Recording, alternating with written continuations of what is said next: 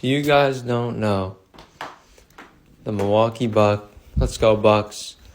Bucks won.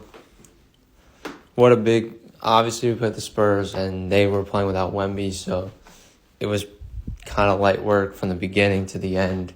Bucks offense was doing really well. The defense did very well. But let's go Bucks, baby. 20-7, looking really good and dominant as per usual. Giannis had an off game. Wasn't great today. 11, 14, 16, triple-double, 4 for 12, 0 for 2 from 3. Kind of bad, but with Giannis, like I said before, Giannis can kind of afford to have bad games with the Bucks. Middleton at 17. Really good game from Middleton.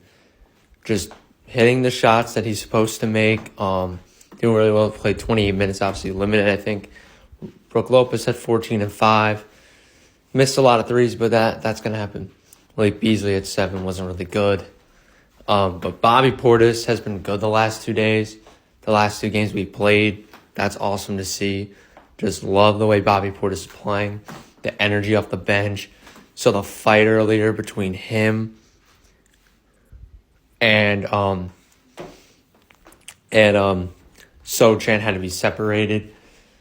Love Bobby Portis, man. He just has so much energy. He plays with some heart that I love. Let's go Bucks, babe. But we're not going to stop there. Damian Lillard had 40, 4 for 3. Didn't get a lot of assists, but didn't need to because he was scorching the ball. Damian Lillard had 40, his career high in Milwaukee. Let's go, baby.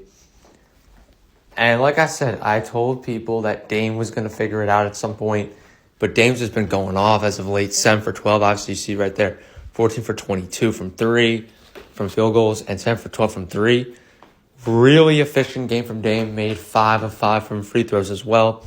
Dame is just figuring it out now, I think.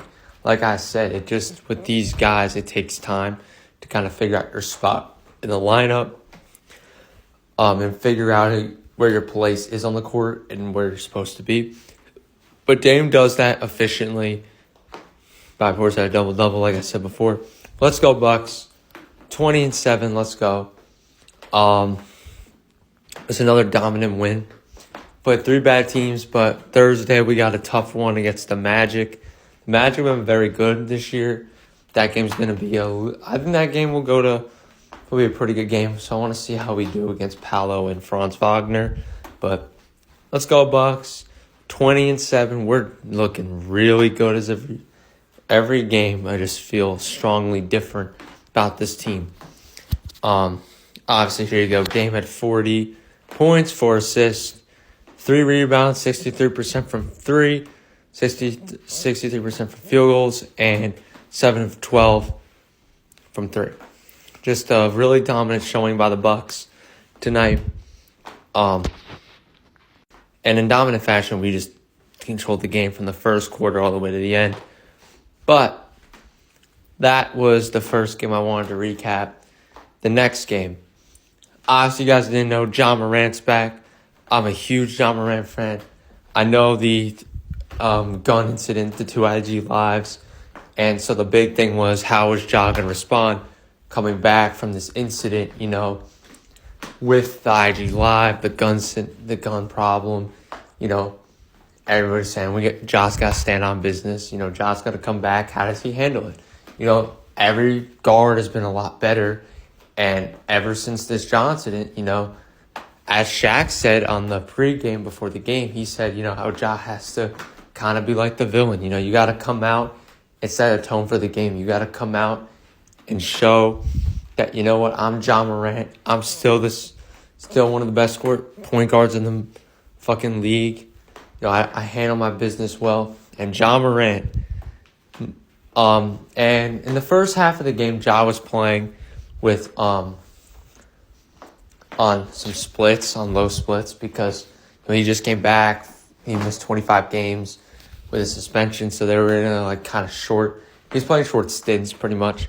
So Ja didn't play as much, played 30 minutes or whatever. And it started off a little bit of a struggle bus for Ja. He had 7 points, but was pretty good in that first half. I know he missed He missed all of his threes, but that's the rust. He missed 2 layups that he had earlier that were really good attempts. He had he had one behind the back pass that I remember to Bismack Biyombo, and he just missed to Cedric to the Tillman guy, and he just missed the layup. Don't know how you do that. And Ja had this move on Zion where he hit like a cross, and Zion kind of like got cooked, and he almost made the layup. He just had an unlucky miss. But yeah, the Pelicans play very this is this game. So obviously the Pelicans, we'll start off with them. Pelicans were doing really hot early on. Zion, as you see, had 13. I know he had a down game.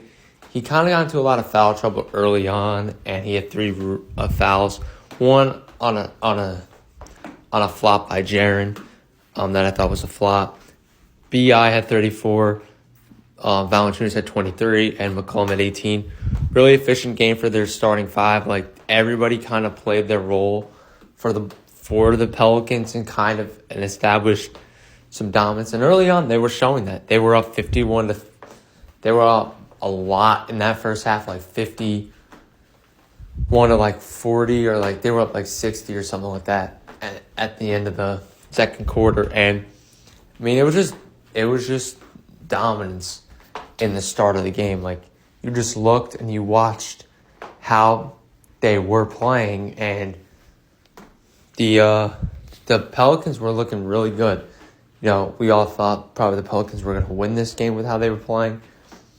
But in the second half, a switch was lit. You know, I'll pull up the Grizzlies stats so you can see that. Jaren Jackson had 24. Desmond Bane had 27. Really efficient game for them.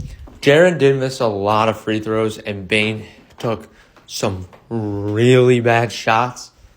And obviously, Ja was playing with limited minutes. But in the limited minutes, played very well. In the second half, Ja completely flipped the switch, just started going crazy. Ja called Jose Alvarado smile. I thought that was pretty funny. Ja was hitting some tough shots. Really good passing day for Ja, as you obviously see right there, but I'll show you more in depth. But the Grizzlies were down at half, and they had an answer. Everybody just started playing together as a team and dominate. But